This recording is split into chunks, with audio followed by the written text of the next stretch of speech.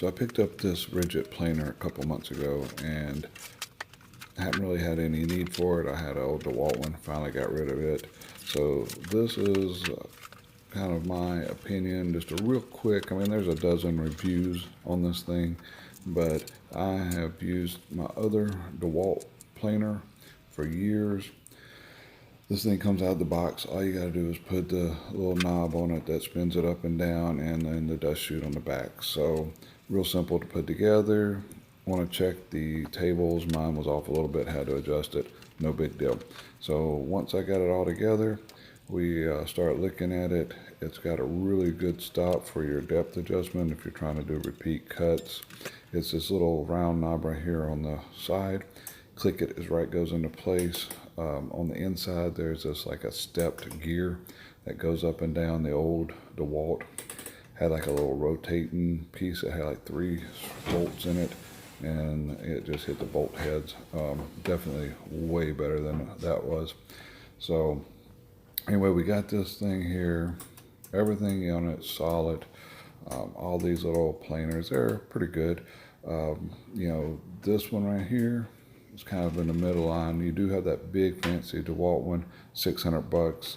You know, this one's about $450, and you got a few about $350.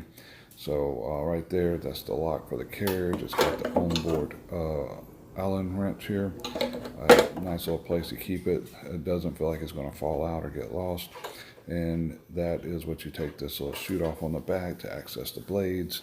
The blades, there is a lock on them. You have 2 little pins, so there's no adjustment there. You just drop them in.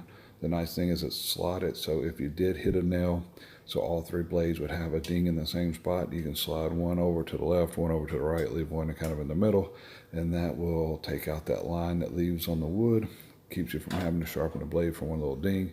The blades are reversible, so now you get 2 uses out of each blade before you have to sharpen them. So that's also good. So I ripped out a bunch of these boards here. They're exactly 13 inches wide. Ran them through, no problem. I had ran through 10 or 15 of these boards. Here, look around, you see no dust. Put the camera here on the back. You watch it as the thing comes through. 0 dust. I mean, this dust collection on here is working fabulous for me. I did put it on this big beam I was making a mantle with, and it probably weighed 50 pounds. Sucked it right through, no problems. So I have yet to find any really bad thing about this one. It does have a little snipe about 2 inches from either end, so just make your project about 4 inches longer, cut off the ends, and you'll be golden. So here's that big board going through, and so far I have not found anything with this that was lacking. Here's those boards after I had finished them, and then I got a picture of my final project I was throwing up. So good luck to everybody. Happy with woodworking.